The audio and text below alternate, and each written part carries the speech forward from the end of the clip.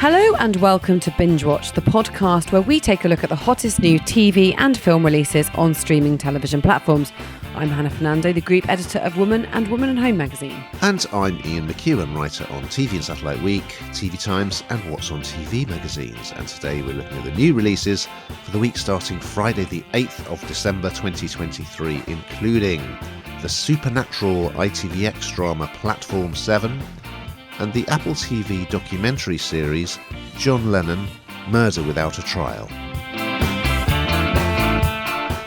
And we'll also be checking out Now TV relationship comedy Smothered and going on a spiffing adventure with a famous five on CBBC and BBC iPlayer. But first, Ian, what is in the news? In Netflix's as yet untitled period drama, Denzel Washington is set to play ancient Carthaginian military commander Hannibal, who led an army over the Alps. I mean, they could call it the Elephant Man, couldn't they, Hannah? But never mind that. What else is in the news? Well, the 6-part Paramount Plus drama Stags centres on groom-to-be Stu, played by Nico Miralegro, I need to put my teeth back in, whose stag party in South America goes awry when the revellers end up in prison. Ooh. We've all been there. So, quite a lot of death in this week's pod, if I had to find a connecting theme, starting on ITVX with a new drama that arrived on Thursday the 7th of December. It's called Platform 7, and here's a clip. If you're planning on doing what I think you are, trust me, it's no great Shakespeare dead, it really isn't. Sir, can I help you? Can I help you? Please don't do this. Please, wait! Wait, sir, I'm coming to talk to you. Yes, another drama based on a best-selling novel, Hannah. In this case, it's by Louise Doughty, and as ever, I haven't read it. It's a 4-parter, and it stars Lisa Evans, who was really good as a drug dealer in Top Boy. She was a standout, one of the standout cast members, I would say. She's the star of this. And she is just playing a ghost, basically, who is hanging around. She's sort of trapped in the train station where she lost her life, but she doesn't know anything about her sort of backstory or exactly what happened. The first thing we see, so this isn't really a spoiler, because it's the very first thing we see, Phil Davis. Yes, of Quadrophenia fame and so many other things. So he arrives late at night on the station platform with his dog. It's rather heartbreaking, actually. He says goodbye to the dog and he throws himself in front of a train. And she is witnessing all this and she's trying to talk to him, but because she's a ghost, he can't see her and he can't hear her. The next day, the ghost of Phil Davis's character is there and he finds out, well, now he can see and talk to her, but he discovers that, like her, he can't leave the station. He's trapped. So you think it's quite an interesting conceit. I like the premise, but I've got to say the dialogue is very bad. It really is incredibly clunky, and there's a lot of exposition, unnecessary exposition. Episode 1 didn't grab me. She's just kind of wafting about, looking a bit vacant on the station, following people's lives. Anyway, something happens, thank goodness, that means she can leave the station. And then I think it's going to get more interesting as she starts sort of eavesdropping on, for instance, what her ex-boyfriend is doing now, what are her family doing, and trying to piece together what happened to her. Though I don't really understand why Phil Davis, his character, can remember exactly what happened to him, but hers can't. Anyway, I'm sure there's a good reason. So, yeah, even though I really like Lisa Evans, I think she's terrific, and it's no fault of hers that this didn't work for me. Yeah, I didn't particularly like it. What did you think, Hannah? I did quite like it. I know what you mean about the sort of the clunky narrative, but I quite liked the premise of the whole thing, and in fact, we were having a conversation the other day about ghosts and do you believe in them? And there was it was very divisive. Some people were like, well, yeah, of course, absolutely, and other people absolutely not. And I suppose I'd put myself in the agnostic part. I just don't know. And this really interested me because it was a topic of conversation, and that we were saying, well, if you die, is there a sort of a moment where you're trapped between life and death? And of course, that's exactly what this was. So I suppose it interested me even more. I do think at the beginning, like you say, like what was the purpose? She's wafting around doing nothing. But I think the story, I haven't read the book, but the story works because she kind of ends up sort of almost investigating her own death. And, was it really, taking her own life, or was it something else with the darker forces at play? And I think that I thought it was quite good. I thought it was quite a different take. It's a bit creepy in places, makes you think twice about things. Agreed, a bit clunky, but yeah, I was up for it. I enjoyed it. Something very different over on Sky Comedy and Now TV. Arriving on Thursday, the 7th of December, it's a new comedy series called Smothered, and here's a clip. What's the craziest thing you've ever done? I got for this girl. She lured me into this insane scheme. Sex must have been great. Best I ever had. Wasn't my boyfriend, we're just two adults having a hot, casual affair. But how casual is casual? No last names, no details, 3 weeks and we're done. What a life.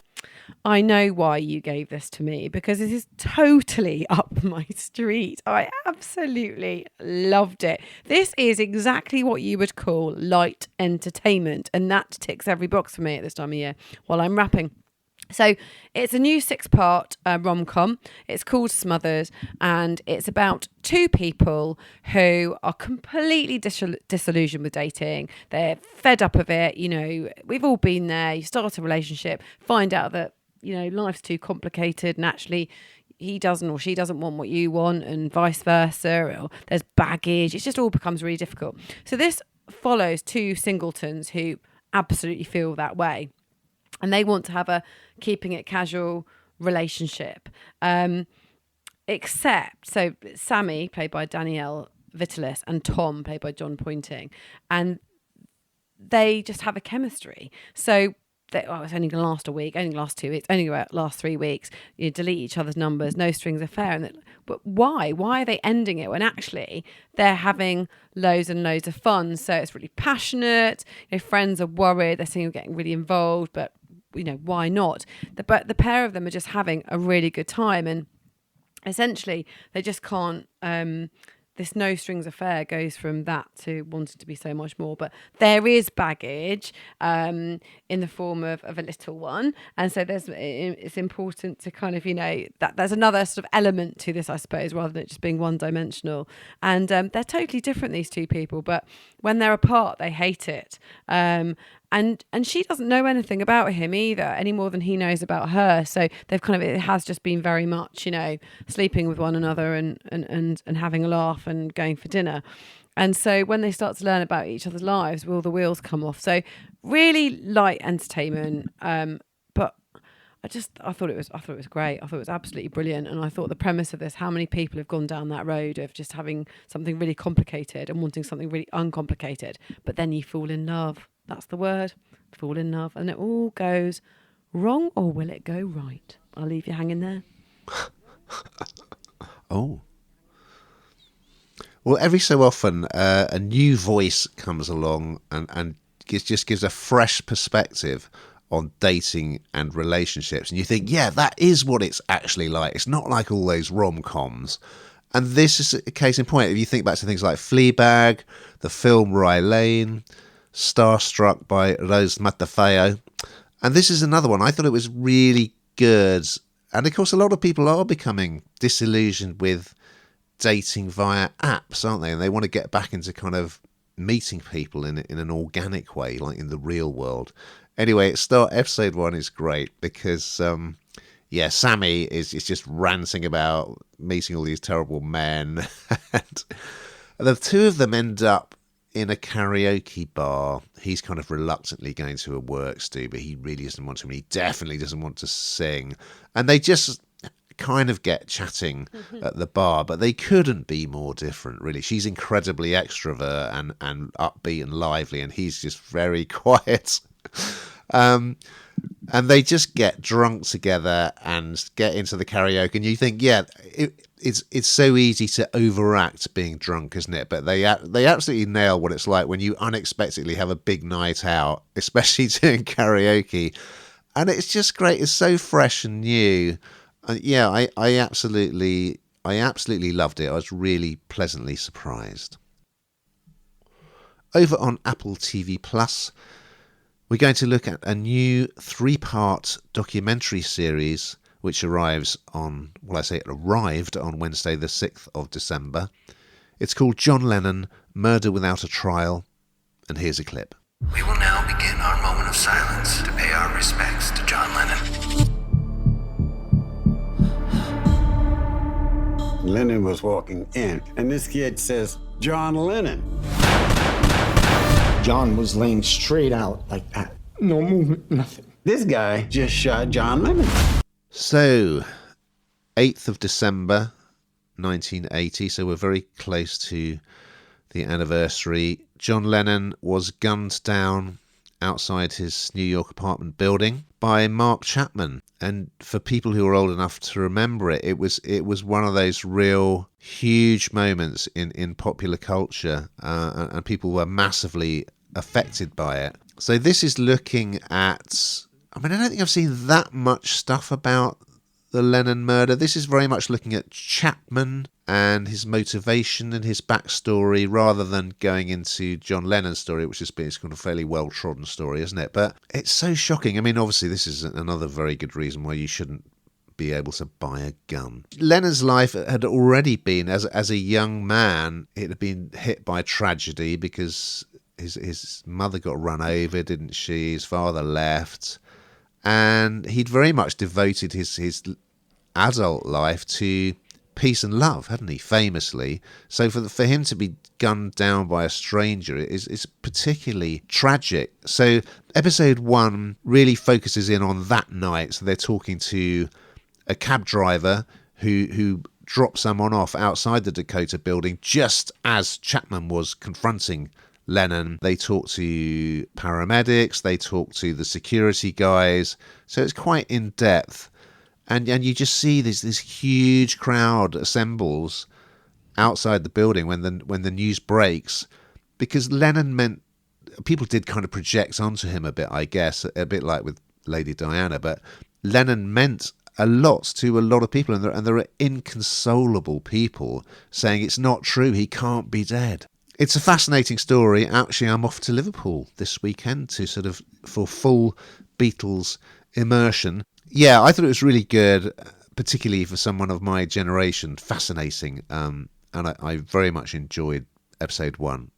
What did you think, Hannah? Yeah, I always like things like this because it is very accessy, isn't it? And they're interviewing eyewitnesses that have never been spoken to before, that have been televised, I suppose, and then some of his closest friends. And so I think you sort of feel, you're right, actually, there hasn't been a lot on this. We've talked before about kind of docu-series like this where you feel like there's been a lot done about it, and yet they still managed to find more exclusive content. I don't feel like this has been done over and over at all, so it felt very fresh, and sort of brought to life that just absolutely terrible time, like you say, every reason why guns shouldn't be so easily accessible, and as they have been, and it's just really upsetting, isn't it? Well, of course it's upsetting. It's just, I think it brings that part to life. But as I say, it's that access. It's that almost being present when it happened, despite some of us not even being here in the world. Yet we know about it, and it brings that awful time to life. So I thought it was really interesting, quite moving in places. Well, we're going to finish on CBBC and BBC iPlayer with a new series arriving on Saturday the 9th of December. It's The Famous Five, and here's a clip. Bad things keep happening on this island. Don't touch it! I think they were looking for the lost church of Kirin Island. I found something. Great. A car. It's like a cryptic crossword clue. Never underestimate children. They do appear to be getting on famously. It was interesting because when I was at school, I remember my mum getting a call saying she shouldn't be reading Enid Blyton. It's really bad. You shouldn't be reading Enid Blyton. And then my mum saying, any reading is good reading. Leave her alone. And then I kind of, even these days, Enid Blyton's kind of, there's a bit of council culture, isn't there, and what have you. But guess what? Famous Five has been picked up by the Beeb. And this is really a very lavish adaptation, quite different, quite unusual in places, I think. But essentially, it follows the escapades of the Famous Five. It does what it says on the tin. Most of us have read the book. Most of us know about it. But this is... it's modernised, but it's modernised in a way that doesn't... I was going to use a word then that I shouldn't use for Bingewatch. In a way that doesn't ruin. It doesn't ruin what you already know. And I think that's key, because I think there'll be some sort of level of pushback over that, because it's sort of a charmed memory for many people, and it's a classic, and that's where it should remain. And I think, to be honest, I think they've done a pretty good job of modernising it without ruining the actual story. So I was a Secret Seven fan, Hannah, growing up. But of course, the comic strip famously did a pastiche of the Famous Five. And it's very easy to overdo it, isn't it? With, they're all lashings of ginger beer and, oh, Anne, you're so sensible. But I think they've done a good job on this. And even though some people will undoubtedly call it woke. So we start off with George, who's a tomboy. She's played by Diana Babnikova. Her London cousins, Julian, Dick and Anne, are coming to stay with her in the country. And like kids often are, she doesn't want them to come, and she doesn't want to talk to them, and she doesn't want to play with them. But she does find this beautiful dog on the beach and a dead body in a diving outfit, and one of those old-fashioned divers with the heavy boots and the kind of the goldfish bowl helmet. So there's a mystery, there's a villain, there's the youngsters getting to know each other. I just thought it was delightfully done, and they kept it kind of nice and naturalistic and quite low key, which I particularly appreciated. But I would say, come on BBC, let's have the Secret Seven with Scamper the dog next, please. Now, we've got to that time, Hannah. We find out what the heck you've been binging on this week. Well, the decks went up in my mother's home, so I watched Home Alone. Well, I put the children in front of Home Alone. It felt very Christmassy. And of course, I'm a Celebrity, Get Me Out of Here is on the screens every night. I haven't watched any of it. The Tree is Up, $16.99 from Lidl. It's a beauty. I've been watching, of course, true crime documentaries. Why would you watch anything else? So the very good Murder on the Beach series on Channel 4, which is about a baby that was found on a beach in Ireland with terrible stab wounds. It's a fascinating investigation.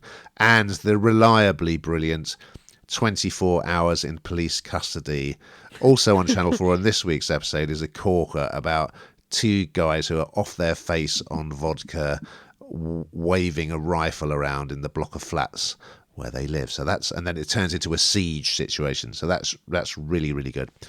Now we've just got time to look forward to next week's offerings, Hannah. So what are we going to be talking about? Well, get set for Aardman Animation's fun-filled Chicken Run sequel. Can't wait. Dawn of the Nugget, which will be on Netflix. And Dynamo is going underground for his latest death-defying stunt in Dynamo is Dead on Now TV. So we look forward to those and much, much more as we continue to build up to the double Christmas and New Year podcast, Hannah. Can't wait for that.